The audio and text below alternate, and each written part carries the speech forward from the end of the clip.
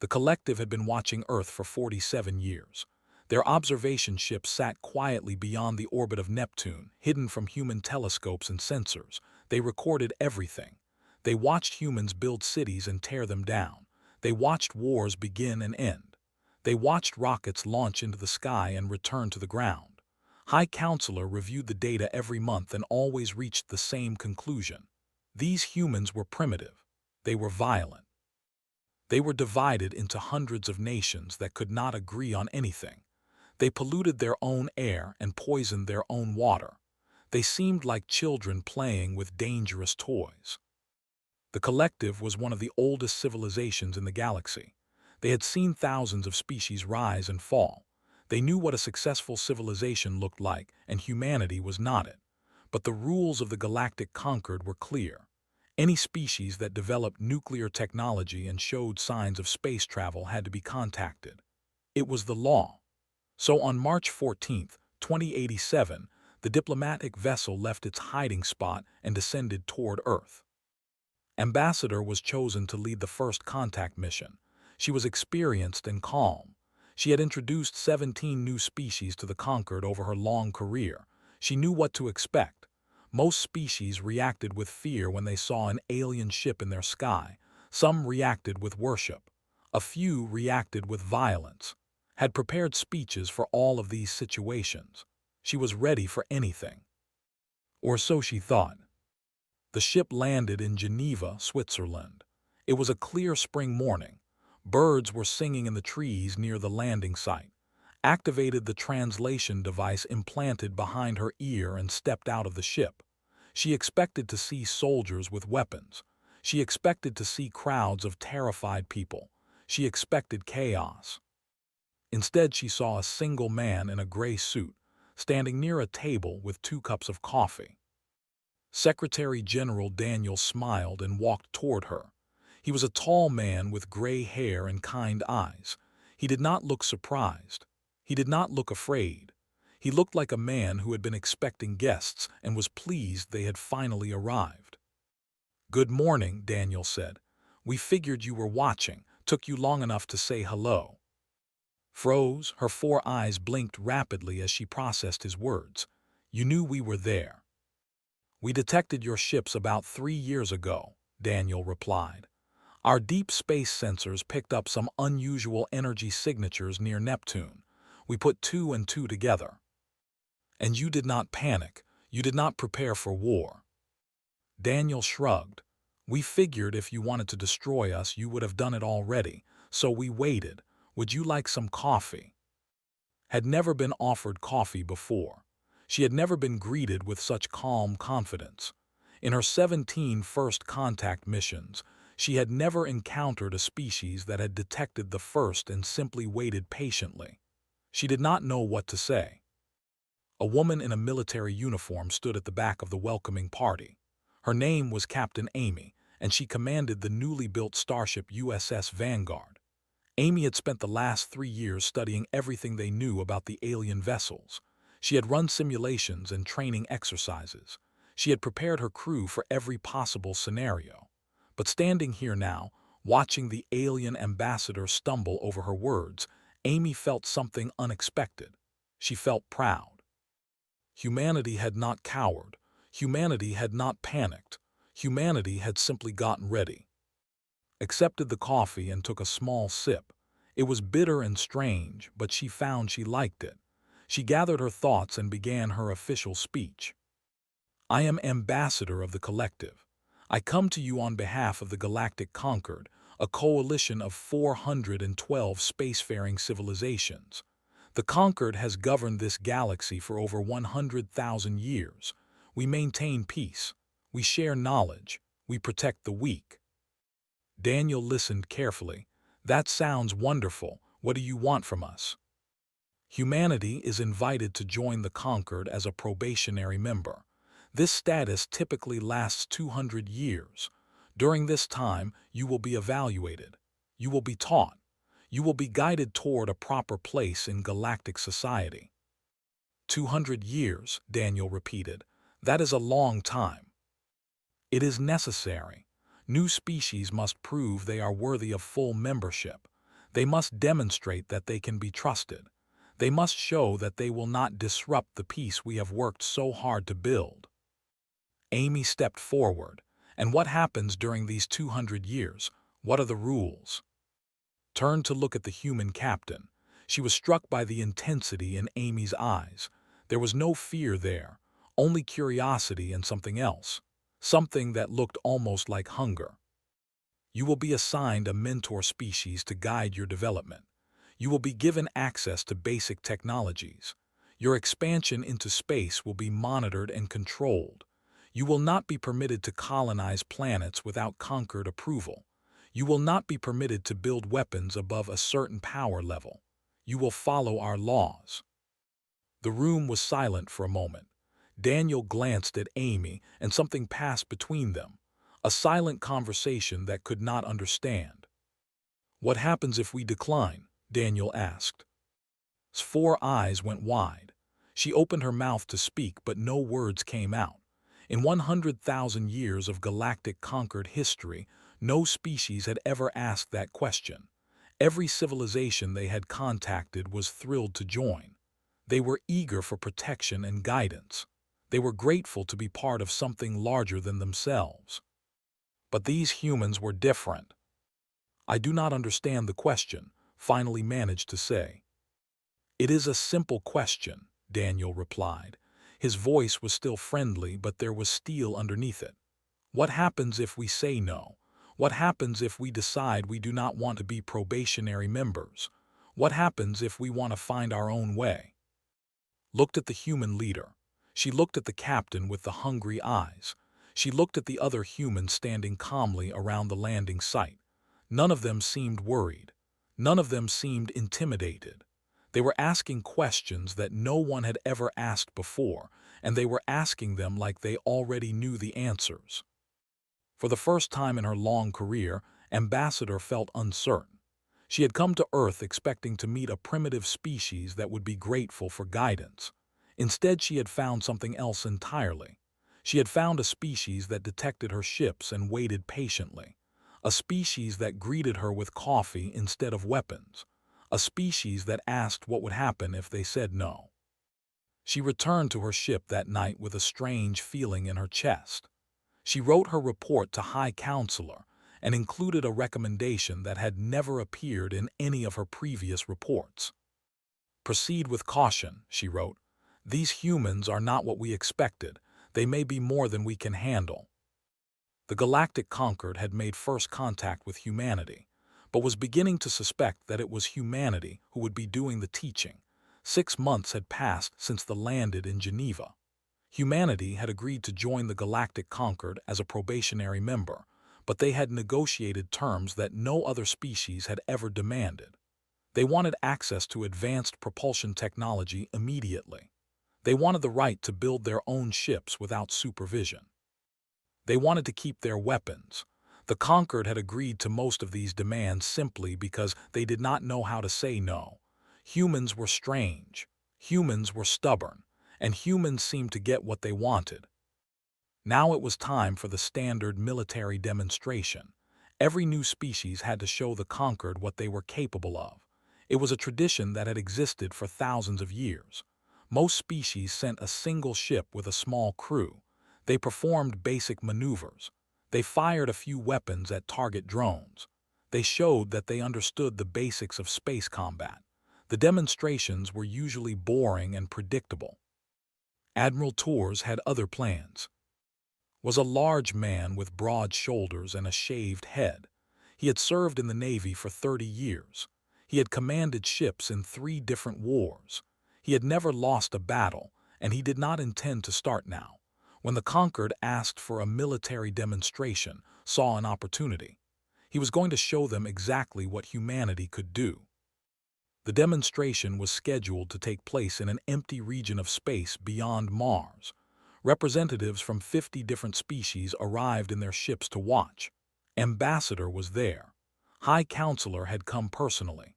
They expected to see perhaps a dozen human ships perform some simple exercises. They expected to be politely impressed and then move on with their day. The first human ship emerged from Fold space exactly on schedule. It was the USS Horizon's flagship. It was sleek and powerful, covered in weapons and armor. The alien observers nodded approvingly. It was a fine ship for a new species. Then the second ship appeared, and the third, and the fourth. They kept coming. Ship after ship after ship emerged from Fold space in perfect formation. Destroyers and cruisers and carriers and frigates. They spread across the viewing area like a steel curtain. The alien observers stopped nodding. They started counting. 200 ships, the entire Pacific Fleet. Felt her heart's beating faster. No species had ever brought so many ships to a demonstration. Most species did not have so many ships.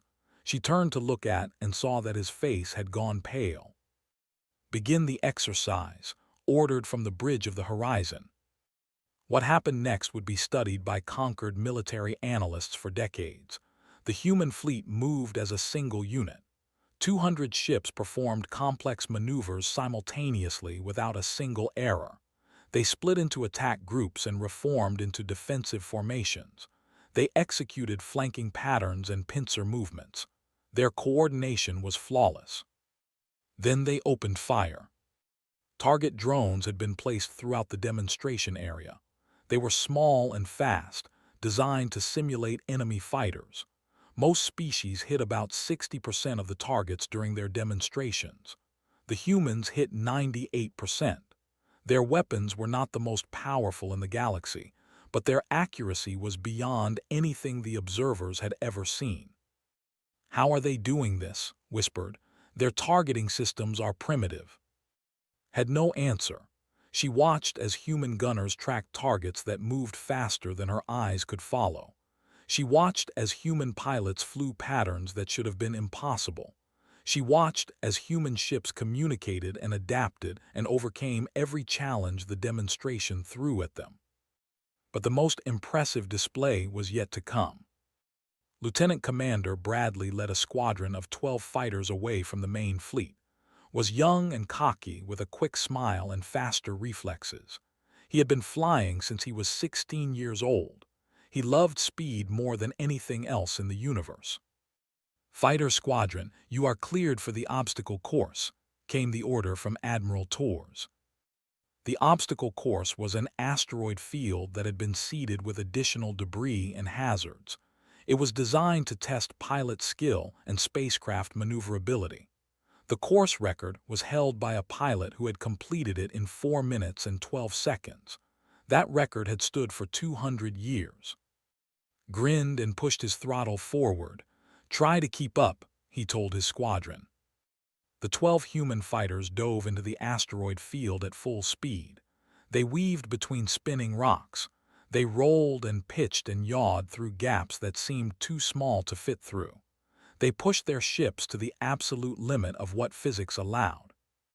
The alien observers watched in horrified silence. They could see the G-force readings on their monitors. Human pilots were experiencing forces that would have killed any other species. Pilots would have passed out. Pilots would have suffered brain damage. But the humans kept flying. They kept pushing. They kept going faster. Led his squadron through the final stretch of the course at speeds that made feel sick just watching. He emerged on the other side and checked his time. 3 minutes and 41 seconds. He had shattered the 200-year-old record by more than 30 seconds. His entire squadron had made it through without a scratch. How demanded, she had crossed the boundary of professional composure. "Your bodies cannot withstand such strain. Your species is fragile. You should be dead." His voice came through the communication system. He sounded calm and relaxed, like he had just taken a pleasant drive through the countryside. "We train harder," he said simply. The demonstration continued for another 2 hours. Human Marines performed boarding exercises that moved faster than any alien species could match. Human engineers repaired simulated battle damage in half the expected time. Human medics treated wounded personnel with efficiency that seemed almost mechanical. When it was finally over, Admiral Torres addressed the gathered observers. "Thank you for watching," he said. "We hope this gives you a better understanding of what humanity brings to the conquered." No one spoke. The alien representatives sat in stunned silence. They had come expecting to see a primitive species stumbling through basic exercises. They had seen something else entirely. They had seen a military machine that operated with terrifying precision. They had seen soldiers who seemed to feel no fear. They had seen pilots who treated death-defying speeds as a casual challenge. That night, the Concord Security Council held an emergency meeting. The topic was simple: what do we do about the humans? They had expected to spend 200 years teaching humanity how to be a proper member of galactic society. Now they were beginning to wonder if humanity might be the ones doing the teaching. High Counselor quietly authorized a change to humanity's official threat assessment. The file was updated from negligible to extreme. Torres received a copy of the updated file 3 days later. He showed it to Captain Amy, and they shared a quiet laugh. The aliens were finally starting to understand. Humanity had not come to the stars to be students. They had come to show the galaxy what they were made of, and the demonstration was only beginning. The Owl Swarm had been the nightmare of the galaxy for 10,000 years. They were not a civilization in any normal sense of the word. They were a biological force of destruction. They traveled between stars in massive hive ships that looked like twisted mountains of flesh and bone. They consumed everything in their path: planets, moons, entire species. Nothing could stop them. Nothing could slow them down. The best the Galactic Concord could do was track their movements and evacuate systems before the swarm arrived. When the swarm fleet appeared on the edge of conquered space, panic spread through 400 worlds. Long-range sensors detected over 1,000 hive ships moving toward the Nexus Prime system. Nexus Prime was a trading hub with a population of 3 billion. If the swarm reached it, those 3 billion souls would be devoured. They immediately ordered a retreat. Their ships were fast, and they could evacuate a small portion of the population before the swarm arrived. The Empire sealed their borders and refused to send aid. They had lost too many ships to the swarm in past encounters.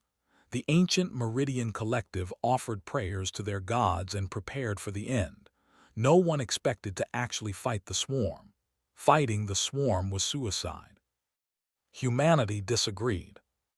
General Lisa Monroe was 53 years old. She had gray streaks in her dark hair and lines on her face that told stories of hard decisions and harder battles. She had commanded troops in desert wars and jungle wars and urban wars. She had never backed down from a fight in her entire life, and she was not going to start now. "We volunteer," Lisa told the Concord Security Council. "Give us the coordinates. We will handle the swarm." The alien representative stared at her like she had lost her mind. High Counselor stepped forward with concern in his eyes. "General Monroe, I do not think you understand. The swarm cannot be defeated. We have tried for 10,000 years. Every fleet sent against them has been destroyed." Lisa smiled. It was not a friendly smile. "Then it is time someone tried harder." The human expeditionary force left Earth 2 weeks later.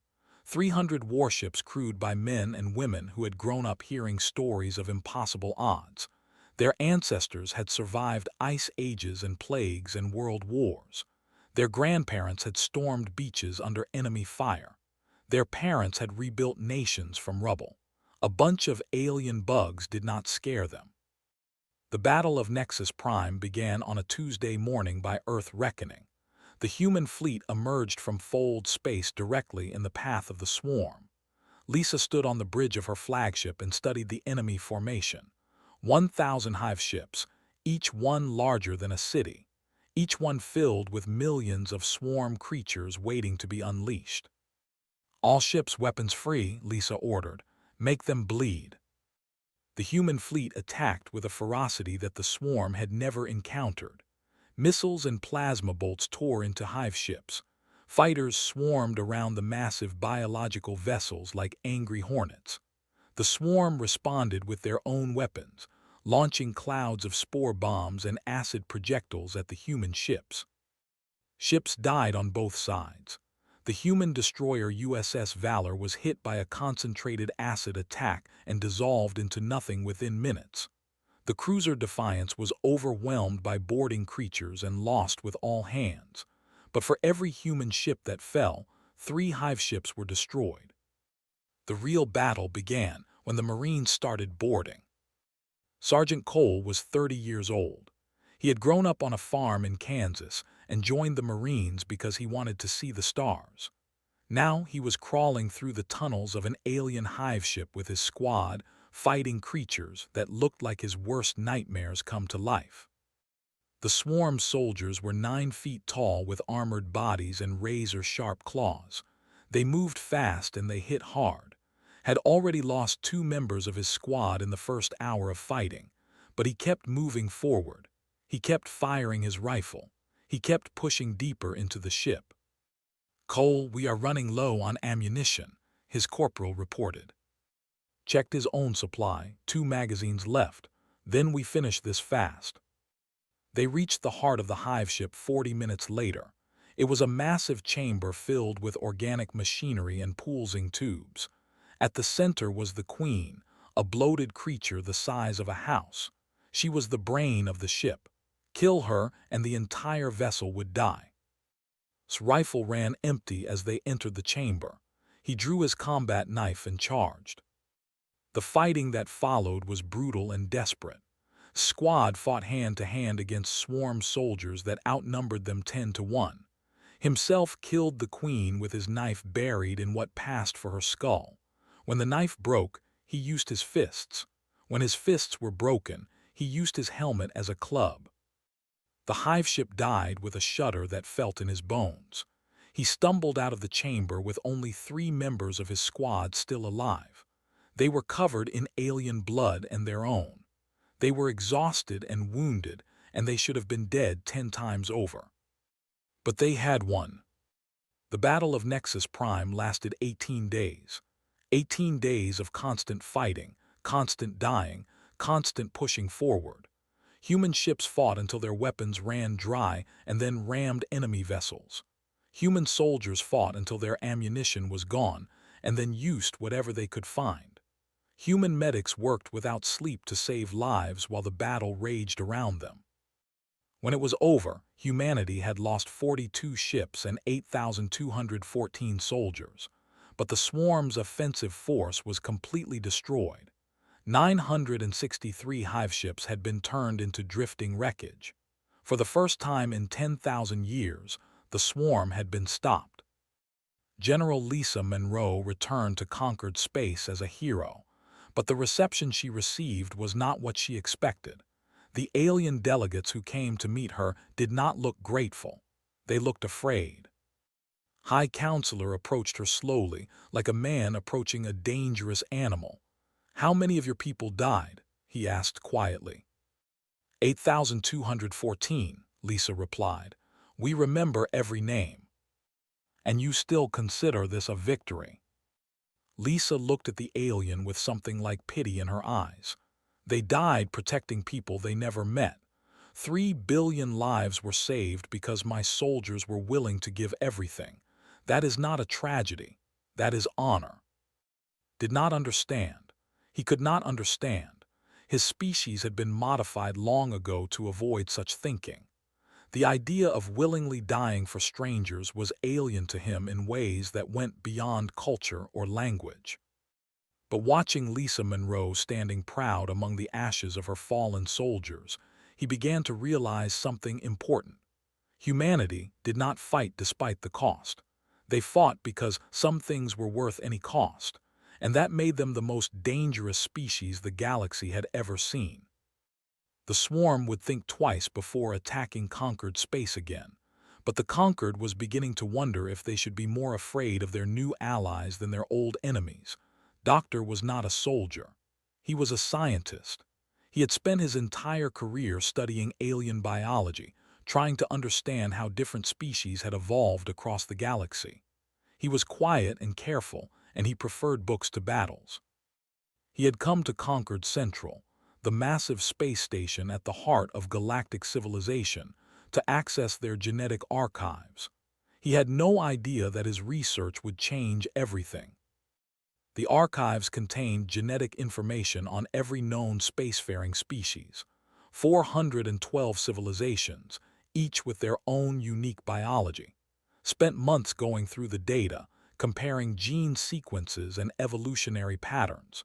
He was looking for common ancestors, trying to map the family tree of galactic life. What he found instead was something far more disturbing. It started with a small anomaly. They had a genetic marker in their brain chemistry that seemed artificial. It was too precise, too specific to have evolved naturally. Noted it and moved on. Then he found the same marker in the meridians, and every other species he examined. Someone had modified them. Worked through the night, cross-referencing data and running simulations. The pattern was unmistakable. At some point in the ancient past, every spacefaring species had been genetically altered. The changes were subtle but significant. Aggression centers in the brain had been dampened. Survival instincts had been dulled. The drive for expansion and conquest had been suppressed. It was like someone had taken the fire out of every species in the galaxy. But there was one exception. One species that showed no signs of modification. One species that still carried all of their original evolutionary programming. Humanity. Stared at the data on his screen for a long time. His hands were shaking. He understood what this meant. Humanity was not special because they had evolved differently. They were special because they had evolved normally. Everyone else had been changed, altered, engineered to be passive and compliant. Only humans had been left alone. He sent an encrypted message to Admiral Torres immediately. Read the report 3 times before he believed it. Then he called an emergency meeting with Ambassador Pierce. Was a tall woman with red hair and sharp eyes. She had been negotiating with alien species since the day of first contact. She understood politics and power better than anyone. "If this is true," said slowly, "then everything we thought we knew is wrong. We are not the newcomers stumbling into a galaxy of advanced civilizations. We are the only ones who still remember what it means to be alive." Nodded. "The question is, who did this? Someone modified 400 species across the entire galaxy. That takes power. That takes technology we cannot even imagine. And why did they miss us?" Had an answer for that. He pulled up a star map and pointed to Earth's location. "We are on the very edge of the galaxy, the outer rim. Whatever force did this, they worked from the center outward. By the time they reached our region of space, they must have stopped, or they ran out of resources, or they simply missed us in the chaos. So we are an accident," said. "We are what everyone else used to be before someone decided to change them." The implications were staggering. The entire galactic Concord was built on a foundation of engineered passivity. 400 species had been robbed of their natural drives, their competitive instincts, their will to fight. That was why they retreated from the swarm instead of attacking. That was why they accepted the rules of the Conquered without question. That was why they looked at humanity with fear instead of admiration. They had been designed to be afraid. Stood up and walked to the window. Outside, the stars stretched endlessly into the darkness. "We need to know who did this. If they are still out there, they might try to change us too. Or they might see us as a threat that needs to be eliminated," added. 3 weeks later, they got their answer. Deep space sensors on the edge of conquered territory detected an unusual signal. It was coming from the galactic core, from a region of space that no one had explored in recorded history. The signal was old, impossibly old. It had been dormant for at least 1,000,000 years, but now it was active again. Something had woken up. Analyzed the signal with help from the best scientists in the Concord. What they found chilled them to the bone. The signal was a beacon, a marker left by an ancient species that called themselves the Architects. They had seeded life across the galaxy billions of years ago. They had guided evolution on millions of worlds. And when those worlds produced intelligent species, the architects had modified them. They had removed the traits that led to war and conquest. They had created a galaxy of peaceful, compliant civilizations that would never threaten each other or threaten the architects. The beacon had been triggered by humanity's victory over the swarm. The architects had been sleeping, confident that their work was complete. But the appearance of an unmodified species that could defeat the swarm had activated their ancient warning systems. They knew about humanity now, and they were waking up to deal with the problem.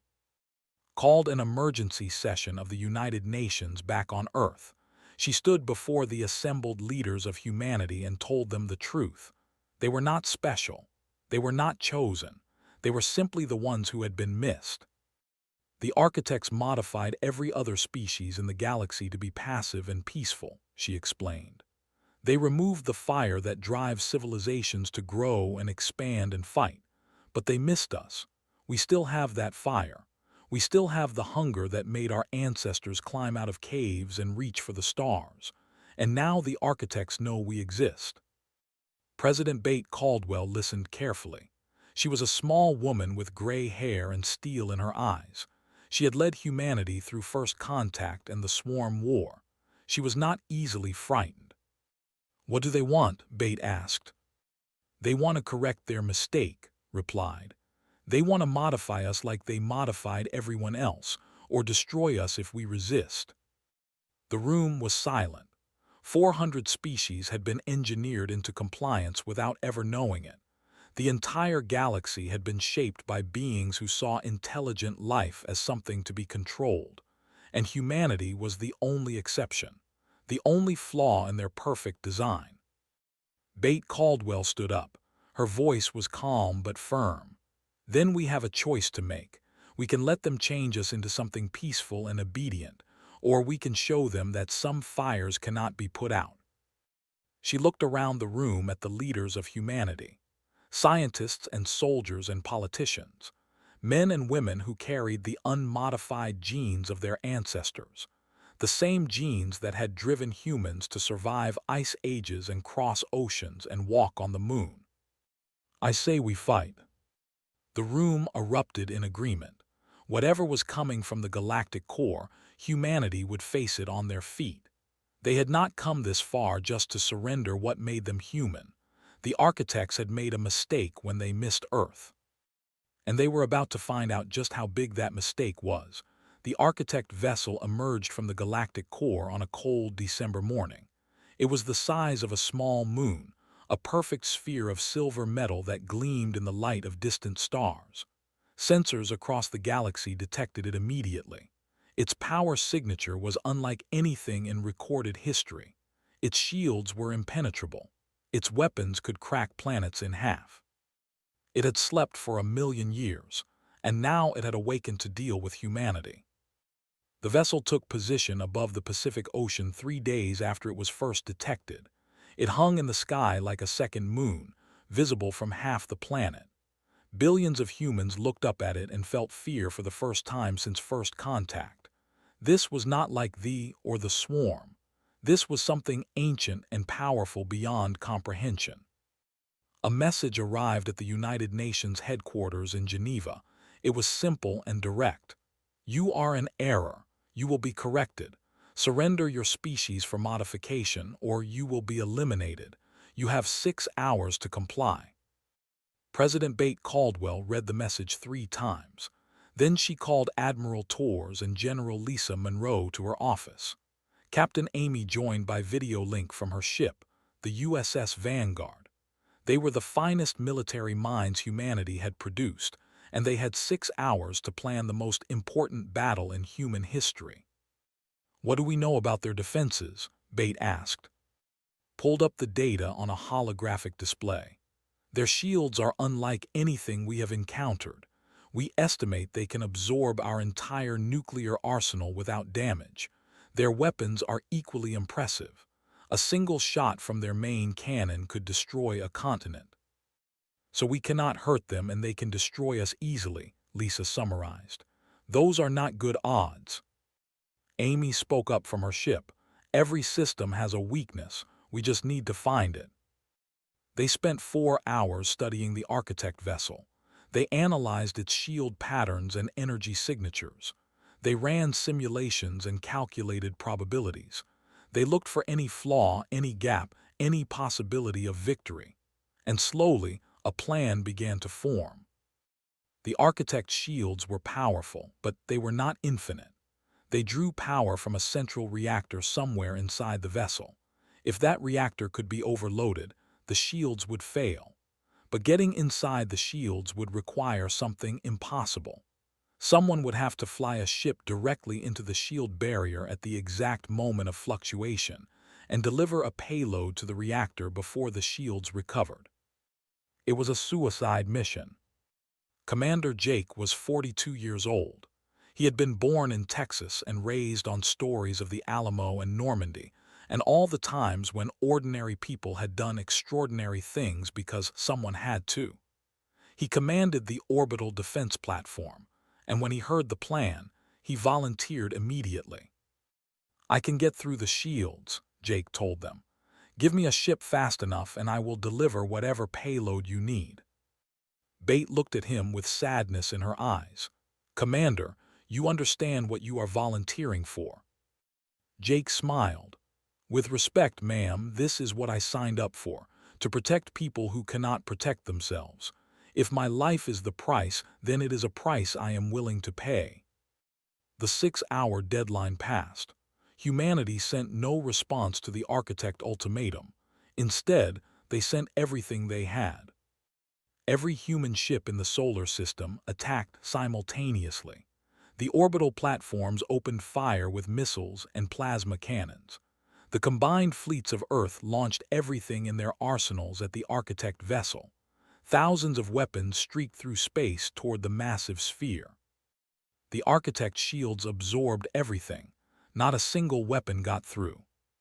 But that was not the point. The shields fluctuated under the massive assault. For a fraction of a second they weakened, and in that fraction of a second Jake flew his ship through. He died instantly when the shields closed behind him, crushing his vessel and igniting the nuclear payload he carried. But his sacrifice was not in vain. The explosion damaged the reactor just enough to create a gap in the shield coverage. A gap that lasted exactly 8 seconds. Captain Amy was waiting. The USS Vanguard dove through the gap at full speed. Amy had positioned her ship perfectly, waiting for the moment that Jake created. She pushed her engines beyond their limits and flew straight toward the exposed section of the Architect hull. Behind her, a dozen other ships followed, each one carrying nuclear warheads. The Architects tried to close the gap, but they were too slow. Human ships poured through the opening like water through a crack in a dam. They spread across the exposed hull and launched their payloads directly into the ancient vessel. Amy fired her payload last. She targeted the main reactor, using data that had compiled from the Architect beacon signal. Her aim was perfect. The nuclear warhead penetrated the reactor core and detonated. The explosion was visible across half the galaxy. The Architect vessel tore itself apart from the inside out. 1,000,000 years of accumulated technology and power scattered across the sky like falling stars. The beings who had shaped the entire galaxy, who had engineered 400 species to be passive and compliant, were destroyed in 7 hours by a species they had considered an error. Amy survived. Her ship was badly damaged, but her crew managed to guide it back to Earth. She landed to a hero's welcome, but she did not feel like a hero. She felt tired. Too many good people had died. Jake and his crew, the pilots who had flown into the shields to create the opening, the soldiers and civilians who had died when Architect weapons struck back at Earth during the battle. But they had won. High Counselor requested a meeting with President Caldwell 1 week after the battle. When he arrived, he did something that no had ever done before a human. He bowed. "We understand now," said. His voice was quiet and full of emotion. "We thought we were protecting you from the galaxy. We thought you were dangerous and needed to be controlled. We had it backwards. Bate nodded slowly. We are dangerous, but not to those who stand with us. The architects took something from us, something we did not even know we had lost. But watching you fight, watching your people give their lives for strangers, I felt something I have not felt in my entire life. I felt the desire to fight, to matter, to stand for something worth dying for. The Galactic Concord was officially dissolved 3 months later. In its place, humanity helped build something new. An alliance of equals where species learned to reclaim what the architects had taken from them. They studied human history with fascination, learning about soldiers who charged into certain death and scientists who pushed boundaries and ordinary people who refused to give up even when everything seemed lost. Not everyone changed immediately. The genetic modifications were deep and ancient, but slowly, generation by generation, the species of the galaxy began to remember what they had once been. The fire that the architects had tried to extinguish was not truly gone. It had only been buried, and humanity had shown them how to dig it back up. Earth became the heart of the new alliance, not because humans conquered or controlled, but because they inspired. They were proof that the spark of defiance and courage could never truly be destroyed. They were what every species in the galaxy had once been, before the architects decided to remake the universe in their own peaceful image. Humanity had made first contact expecting to find their place among the stars. Instead, they had found a galaxy in chains and set it free. The aliens had come to Earth expecting to meet a primitive species that needed guidance. They had found something else entirely. They had found the galaxy's supreme force, not because of weapons or technology, but because of something that could not be engineered away. The human spirit, the refusal to surrender, the willingness to pay any price for what mattered. And the galaxy would never be the same.